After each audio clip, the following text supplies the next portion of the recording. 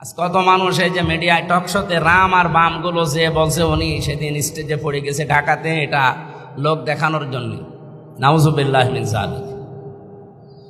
অনেকে বলছে উনি এখন এই যে 50 লাখ টাকা দিয়েছে এই বিমান দুর্ঘটনায় যারা আহত এবং নিহত তাদের পরিবারে, এটাও লোক দেখানো।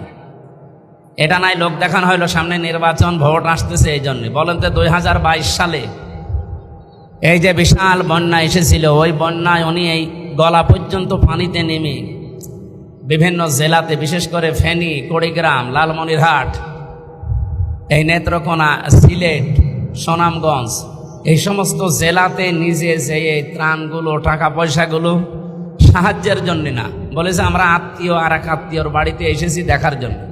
ওই সময় যে কাজগুলো করেছিল ওইটাও কি লোক দেখানো ছিল? তখন তো ভোট ছিল না।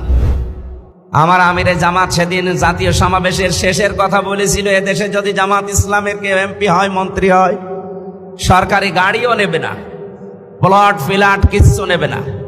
এমনকি যা বাজেট হবে প্রত্যেকটা বাজেট জনগণের সামনে সে ফাঁস করবে যে এই কয় টাকা এসেছিল, এইভাবে খরচ হয়েছে। বাংলাদেশে কোনো দল যদি বুকে হাত দিয়ে এটা বলতে পারে আমরা সেখানে যোগ দেবো, দেন।